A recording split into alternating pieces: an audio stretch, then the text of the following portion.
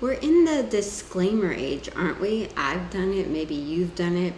We put extra parts of information onto our content. We tack it on there to potentially avoid being misunderstood. We're terrified of someone misinterpreting our intentions. We want everyone to know that we have positive, good intentions and to not misconstrue what we're saying. I think that's the root of why a lot of people put some sort of disclaimer on their content. It could be, as simple and innocent as, I know this isn't for everyone, but even that extra addition, that's tacking something on to your content. So we do this to avoid being misunderstood. It makes a lot of sense, but no matter what you say on the internet, people are going to criticize you and attack you, even with the best intentions. So it's a hurdle, it's a mental hurdle that you really have to get over if you're putting anything out there for other people to see. No matter what I do, it is going to be criticized, it is going to be misinterpreted. There are going to be lots of opinions, some very negative about what you do, what I do, what we all do. And that's tough to get past, but it's true, and there's no disclaimer that will stop that from happening. There's no disclaimer that's going to stop people from being unkind, because people are unkind. Obviously, people are kind as well, and you can get lots of positive feedback on your work. But that's not why you make a disclaimer, right? You don't make a disclaimer for the people who get you. Really, you don't make a disclaimer for the people who you're actually making content for. You make a disclaimer because someone who you're not making content for could and will, misconstrue what you're saying and imply things that you don't mean. And I think this is so common now because somewhere along the line, people started associating excluding people who your content is not for as also saying that other group who you're excluding is unworthy or not as good. But that's not a logical leap. Excluding someone doesn't mean that they are less worthy or not good. It just means what you're making is not for them. So do you see the leap in logic there? Everyone makes art content for a specific audience, and that is going to exclude some people, but that does not imply that other group is bad or unworthy. But somewhere it all got blurred, and this notion became popular that if you are excluding someone because you're making content or art for a very specific group, that you're saying that the other group is not good or not worthy. And it just doesn't follow. It's just not a logical argument. What is logical and what is reasonable to imply is that a specific person, content creator, an artist, is making what they make for a specific group of people, and that obviously is going to exclude other people. That is a very logical assumption. You can imply that you can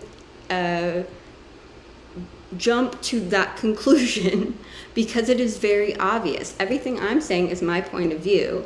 I'm not representing any other person, who may look like me. Everything that I produce is coming from me.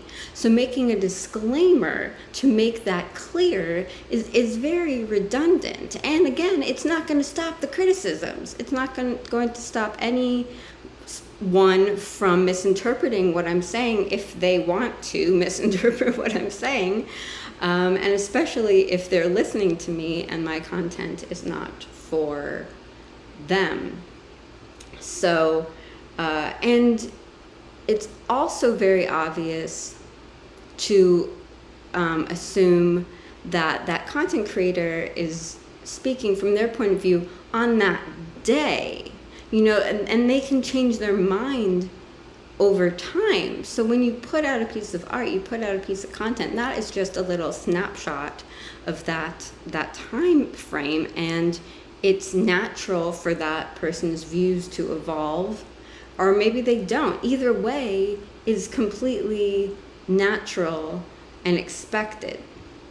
So putting a disclaimer in that case of, my views may change over time, or this, obviously it will. Again, the disclaimer is sort of trying to cushion something that will never be cushioned, because people, will always find a way to misconstrue your intentions if they want to. And again, especially if they're not part of your audience. So just one more quick example before I wrap this up. And it's kind of a mild example, but if it just sort of ties everything I've been talking about together.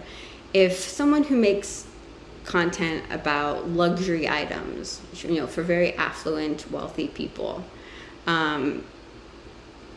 needs to put a disclaimer in their video that says something like, I know this isn't for everyone, or I know not everyone can afford this stuff, that's very obvious.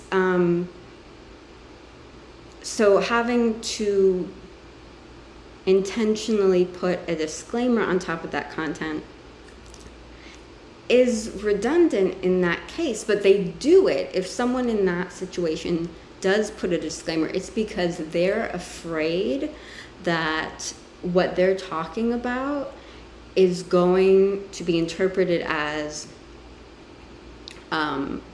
my content isn't for non-affluent people, and therefore I'm saying that that group is unworthy or bad. They're afraid that someone is going to think that the group that they are excluding with their exclusive content, luxury content for affluent people, they're afraid someone is going to think that exclusion equates them with thinking that the other group is unworthy or not good. And it just doesn't make any sense. Or we could flip that. Someone who makes budget-friendly content for people with very low budgets to do things. They're excluding people who like consuming content, for luxury brands, simply by just doing their budget-friendly content. But that doesn't mean that someone who likes luxury, luxury style content, I don't know if that's a thing. But you get what I'm saying. If someone makes, budget-friendly, makes content for people who are budget conscious and, don't want to spend a lot of money, it doesn't mean people who do want to spend a lot of money are not worthy or bad. It's just they're not going to be interested in the content.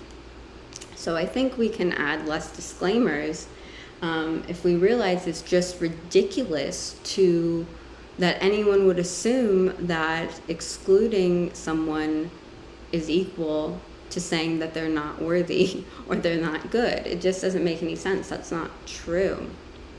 Because disclaimers, they really, especially in writing, they water down your content and they weaken what you're saying a lot of the time. The language just becomes excessive. It's not sharp.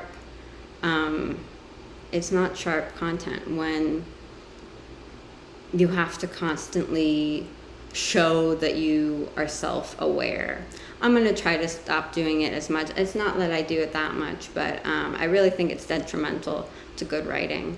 And it's not needed especially if you're just willing to assume that people are going to be not nice regardless of what you say. So All right, it is your turn. Give this video a thumbs up or give it a thumbs down. Subscribe or unsubscribe. And if you're still with me, I'll talk with you soon.